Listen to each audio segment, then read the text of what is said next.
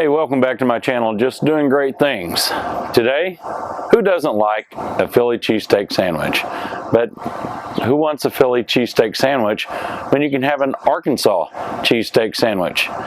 This is how I do it. Hopefully you'll enjoy this recipe. All right, this recipe, I have used ribeye, I've used skirt steak, I've used flank steak, I've even used some sirloin to make this. Each and every one of them have their own issues that makes this complicated, but today I'm using flank steak.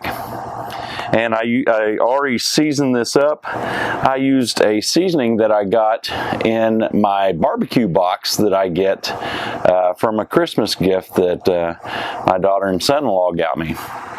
And it has salt, pepper, garlic, and rosemary. And so we're going to use this, and we're going to see what happens. I bet you it's going to be tasty. Most generally, I use Montreal steak seasoning, or sometimes I use Kent Rollins original seasoning. That guy's got it figured out too. But today, this is what I'm using, and it looks like a couple of good pieces of meat, and we're going to see how this turns out. All right, I've got this Pit Boss smoker cranked up. I've set the temperature about 450. I'd say right now it's about 425. I'm going to try to get a sear on this meat, and then we're going to cook it a little bit slower. There it is. I'm going to do it one piece at a time. Let's put that right smack dab in where that window is open.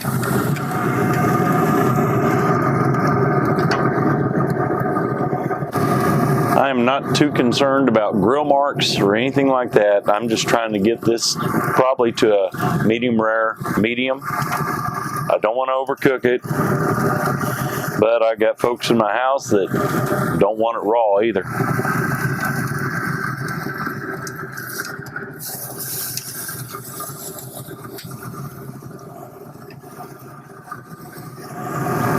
I've used the Pit Boss cooker in other videos. I really enjoy this grill. It's relatively inexpensive. I can't afford the expensive ones. You know, if they want to drop their prices, I'd be more than glad to use one of theirs. But then again, you know, it could be a prestige thing where maybe they don't want everybody to own one of their grills. But Pit Boss, you know, they make a grill that's relatively cheap, and I really enjoy it. You know, I use this middle section for searing and stuff. I open up that window, has a slide open on it, crank it up, and I sear that way. And then I'll set it off to the side. If you've never tried a Pit Boss, I would say try one. Find somebody who's got one, go over there and mess around with it. To me, they're great grills. I'm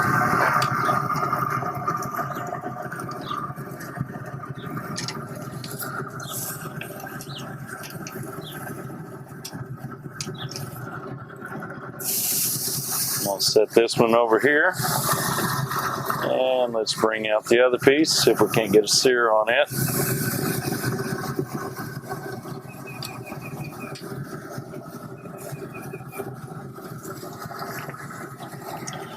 That seasoning I used on it smells really good, really good. These are relatively thin steaks, so I don't want to cook too much.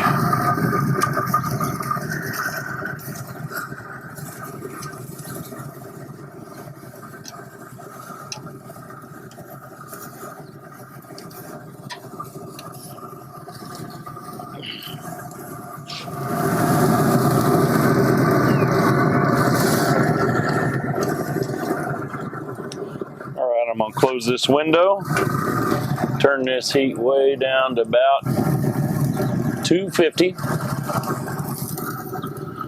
and I'm going to put these back on.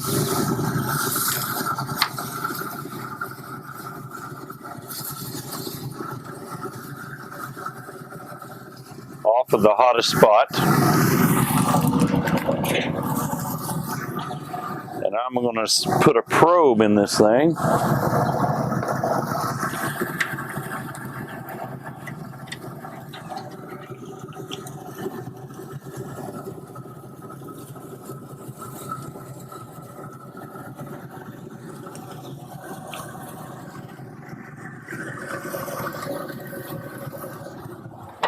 And we're going to let it sit.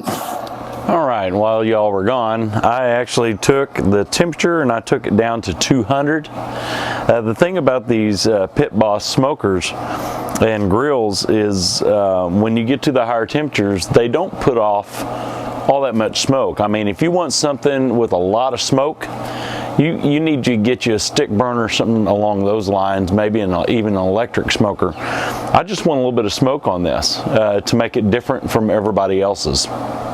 So I'm actually going to crank this down. I've cranked it down to 200 so that it will smoke more. When you drop it down to those temperatures, it smokes a lot more. Those pellets have an opportunity to put off smoke instead of heat. The heat source is the pellets. The smoke source is the pellets. So you got to drop it down to get more smoke. And that's what I've done. The internal temperature of that one piece of meat right now is sitting on about 124. I want to get it up to about 132 because that's closer to what is more palatable to my family members. Take a look at this. Oh yeah, I got some smoke rolling in here. Go ahead and turn this over. There you go. There you go. It sure smells good. I mean, I got that going right. So let's keep this going at it, and we will check back here in a bit. All right, that first piece of meat has reached internal temperature of 132. It's significantly skinnier than the other piece. So what we're going to do is we're going to pull this probe out, and we're going to put it in the other one. And we'll take this off, and we'll let it set. While this other one comes up to temp.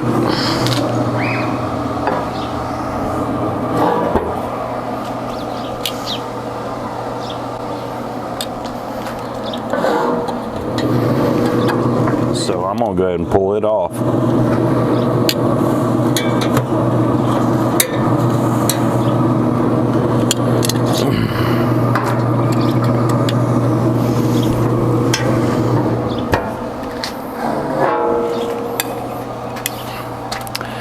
And there we go.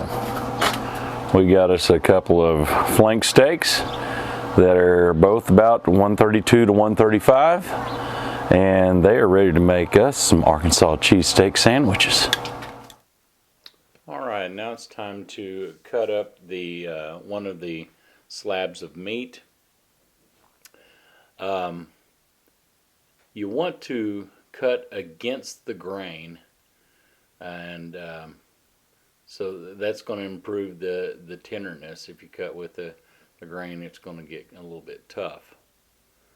But you're going to cut against grain, and I'm going to cut it up in slices, thin slices, probably a quarter of an inch thick. And then I'm going to come back through later on and cut them up some more, going the opposite direction, so that I end up with small pieces.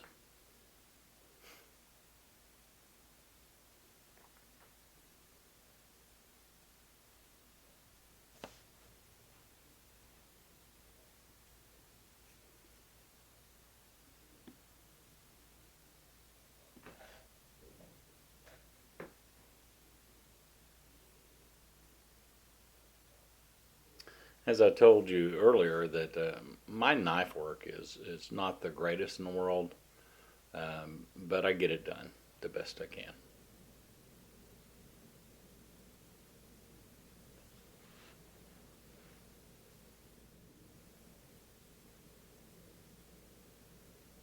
I'll take that meat as I chop it up into the smaller pieces.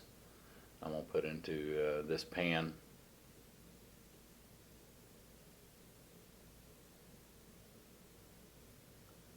These are probably 3/4 of an inch, maybe half to 3/4 of an inch long after I cut them.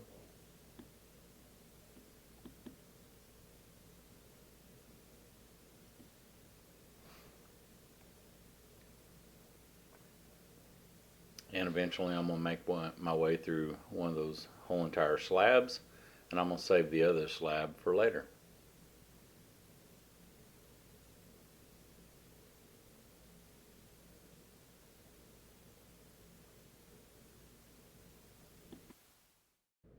Alright, for this recipe you're going to need 2 tablespoons butter, 2 tablespoons all-purpose flour, 1 cup of milk, 7 slices of American cheese, 1/2 teaspoon of salt, and a dash of garlic powder.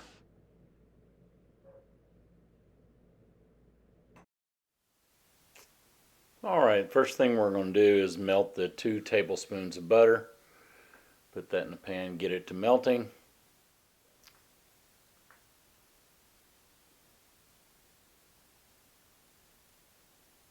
And then we'll stir in the 2 tablespoons of all-purpose flour. We need to cook this enough to get the raw flour taste out of the flour.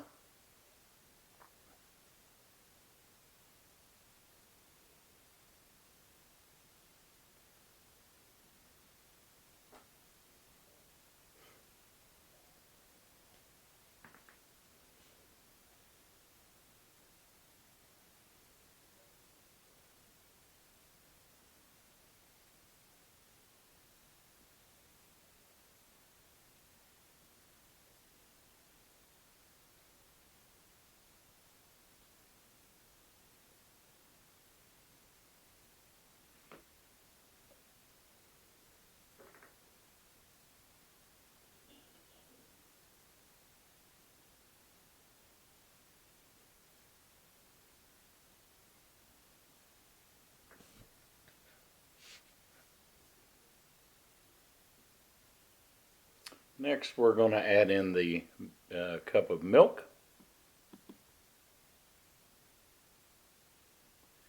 And we're going to stir that until it thickens.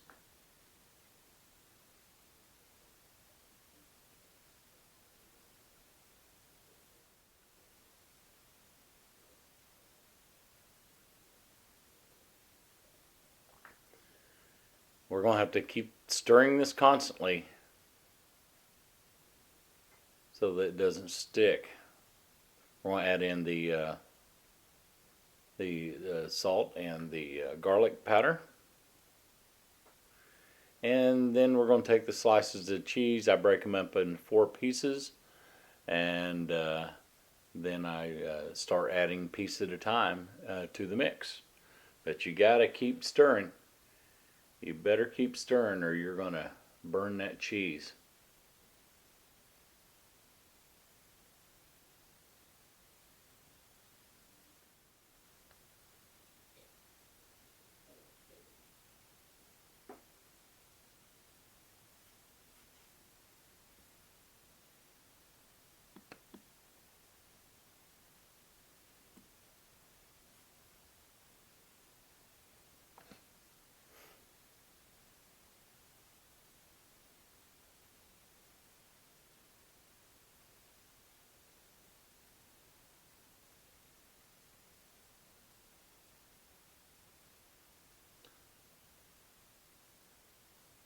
At this point, we've added all the cheese. We're just stirring it up, make sure everything's melted down good, and then we should be good to go.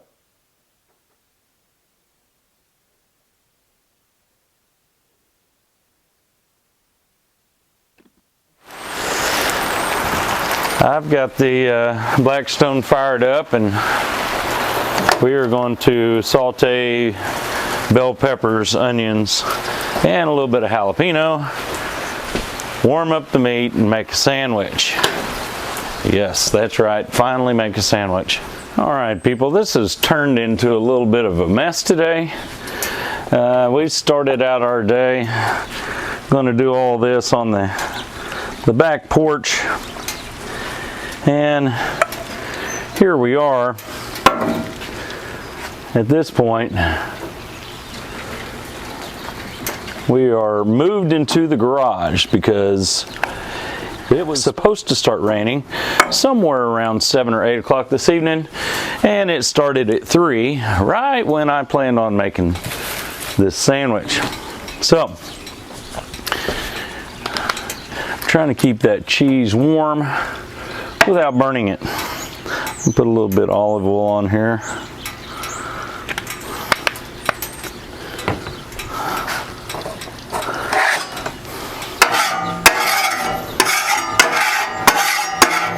That is an awful sound, and I apologize.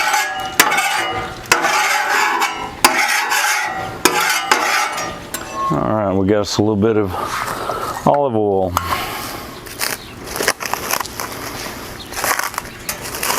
And we're going to go with some onions.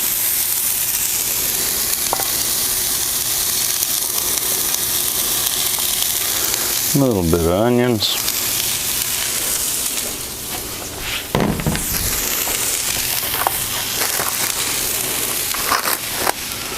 Some green and red bell peppers. I mainly just did the red for color. I think they're a little bit sweeter, but I mainly did it for color more than anything else.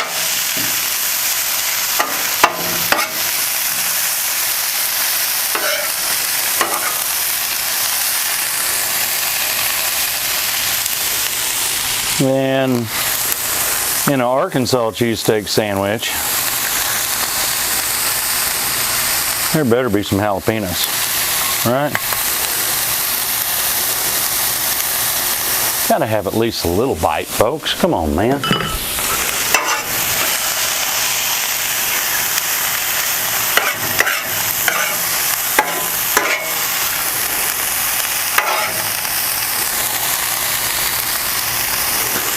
Now, I'm going to be the first one to tell y'all, and I'm sure I won't be the last one to tell y'all, because somebody's going to look you in the eyes and say, man, that guy's knife skills and his hibachi skills are lacking. And that's okay. You're not going to hurt my feelings, man.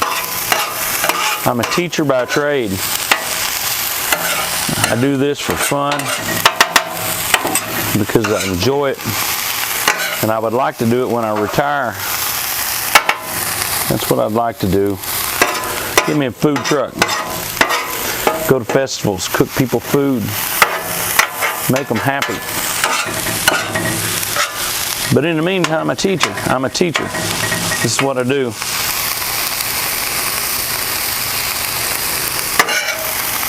So my knife skills aren't as good as a chef.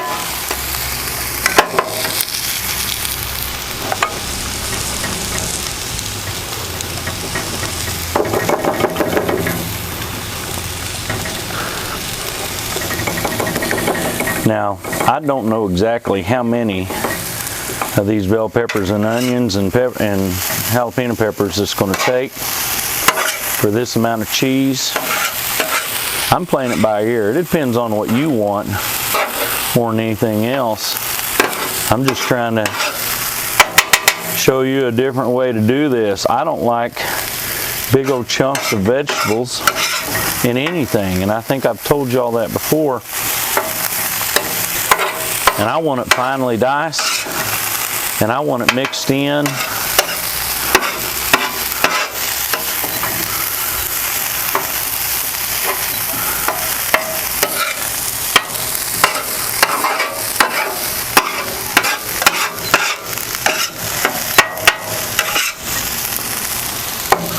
I'm going to start with that many. I'm going to mix that in.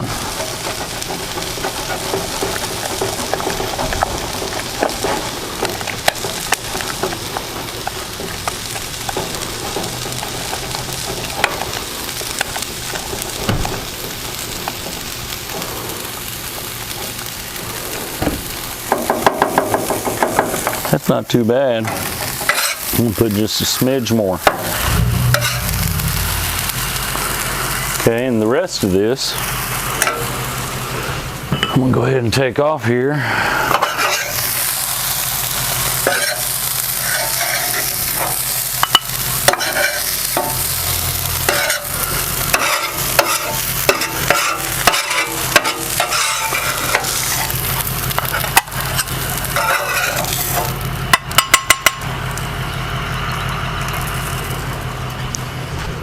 set off to the side.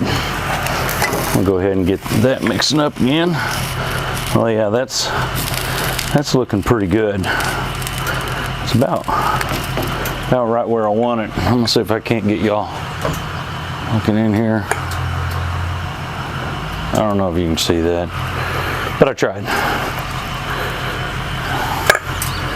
Get this turned all the way down, that turned all the way down. Next thing, I got these. Show you what I got here. It's a soft white Pepperidge Farm hoagie rolls. I like these. They're nice and soft. They have good taste. It's what I found from the store that looked like it was going to do what I needed it to do. Okay. So here we are. This hoagie roll, right there. I'm gonna put some butter on that bad boy. I don't think it really matters what kind of butter. Butter's butter, isn't it? I guess some people would swear by certain kinds of butter. That's okay. To me, butter's just butter.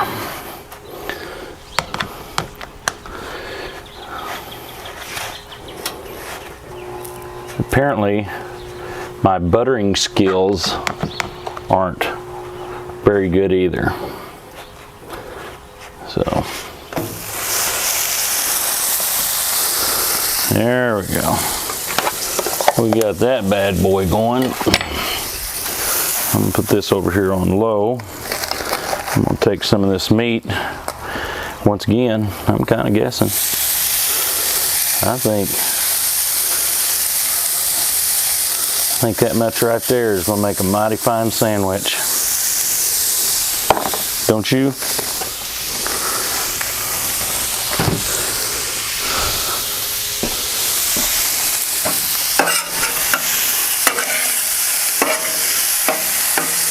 I'm warming this meat up. Check them buns. They look like they're coming along pretty good.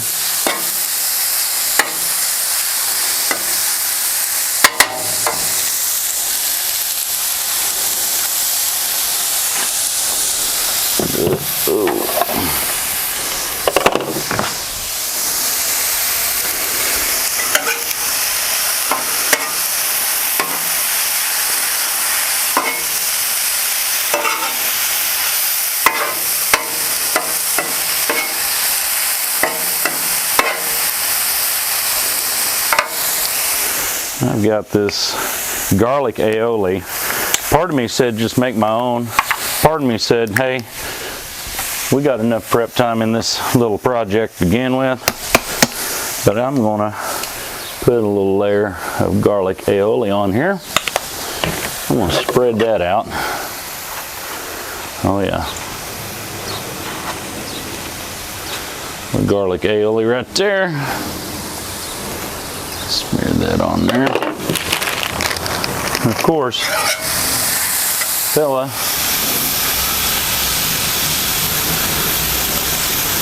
needs to keep his cheese sauce stirred.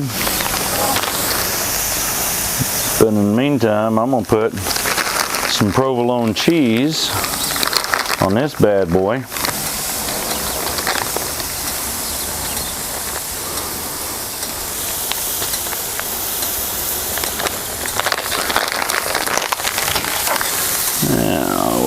That right there. That meat looks like it's rare and ready to go.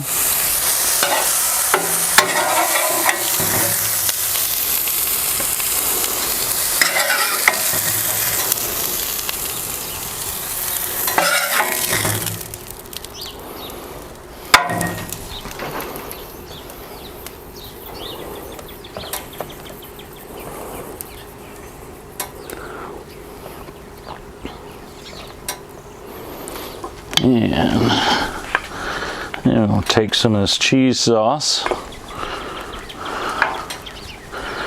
I'm going to drizzle some of this bad boy on there.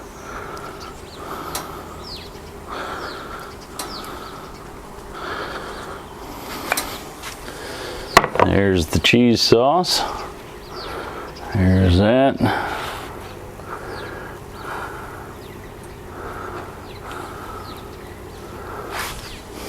Here it is in all its glory. An Arkansas cheesesteak sandwich. All right.